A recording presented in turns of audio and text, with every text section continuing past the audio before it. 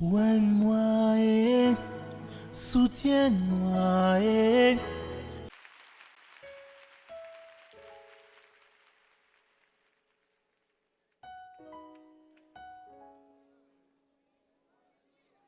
Annie Young, Nae, Shingu, Père, merci pour tout.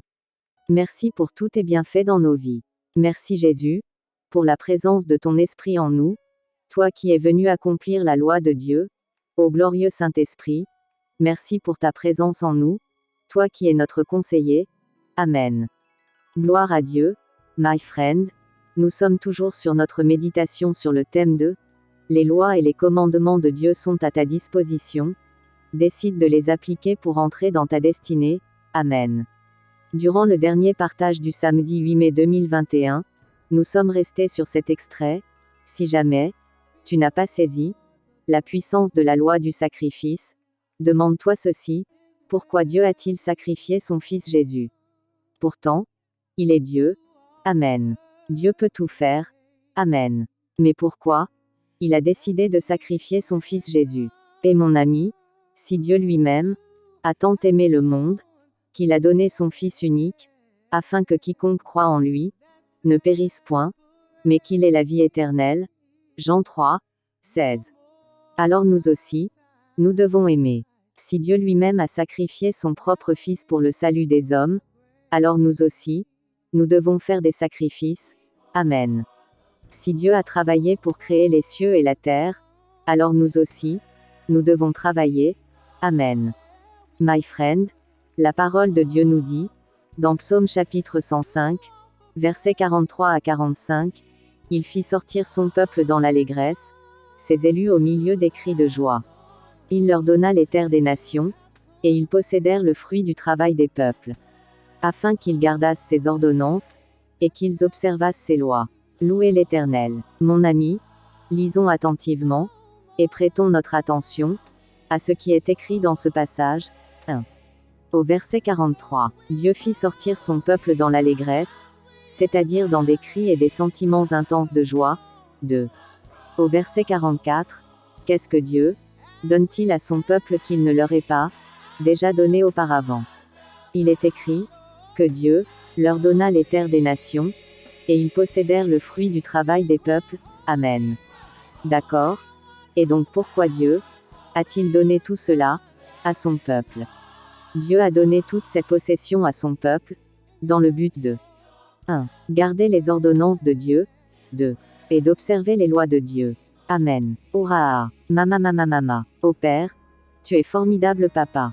Donc Dieu a donné à son peuple les terres de toutes les nations.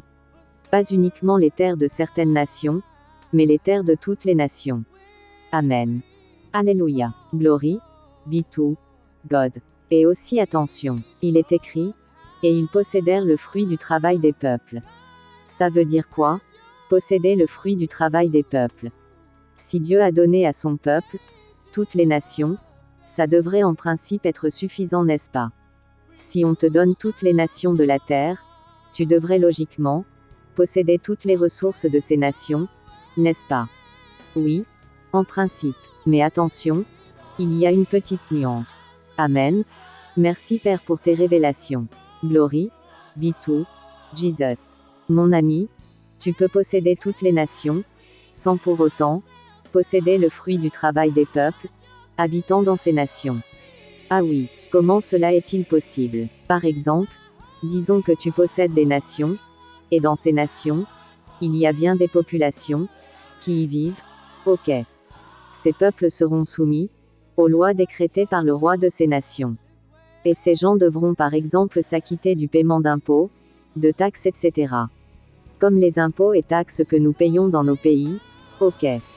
Mais les peuples de ces nations-là, une fois qu'ils ont payé leurs impôts, avec leur argent, qui représente le fruit de leur travail, ils peuvent utiliser, selon leur bon vouloir, le reste du fruit de leur travail. Amen. Donc le roi de ces nations ne possède pas tous les fruits du travail des peuples de ces nations, car ces peuples peuvent utiliser le reste de leur argent, comme bon leur semble. Amen. Par exemple, toi et moi, aujourd'hui, nous travaillons et à la fin du mois, notre employeur. Pour la plupart d'entre nous, nous verse un salaire. De ce salaire, nous payons nos taxes et impôts à l'État, et faisons ce que nous voulons du reste de notre argent, du reste du fruit de notre travail. Amen. My friend, c'est la même chose pour les peuples de ces nations. Est-ce que tu me suis?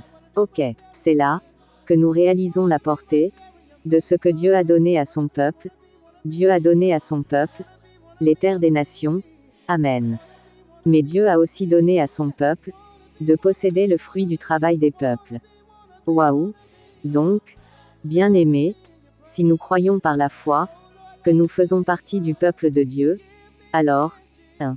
Nous possédons les terres des nations. 2. Et nous possédons le fruit du travail des peuples. Amen. My friend, cela signifie que, lorsque les gens travaillent un peu partout dans le monde, tu pourrais avoir le droit de réclamer la possession du fruit de leur travail. Pour autant, demandons à Dieu de nous révéler comment réclamer notre possession, notre héritage. Amen. Gloire à Dieu, notre Père Tout-Puissant à qui tout appartient. Et dis-moi, pourquoi est-ce que Dieu a-t-il donné tout ceci à son peuple? Il est écrit au verset 45, cette fois-ci dans la version du Semeur, pour qu'ils obéissent à ce qu'il avait prescrit, et qu'ils respectent ses lois. Louez l'Éternel. Pour poser les fondements de notre développement, attardons-nous sur quelques définitions essentielles. Mon ami, qu'est-ce qu'une prescription? Une prescription est un ordre expressément formulé, avec précision. Et maintenant, que signifie donc le mot « ordonnance » ? Par la grâce de notre Père Tout-Puissant, nous verrons cela dans notre prochain partage. Amen. My friend, obéissons aux commandements de notre Père, et respectons ses lois. Amen. Gloire à Dieu. Aujourd'hui, par la grâce de notre Père, je t'ai dit, bonjour mon ami, en coréen, langue de la Corée, demeure béni. Que Dieu nous bénisse abondamment, et nous remplisse par son esprit. Excellent week-end dans l'amour de Christ.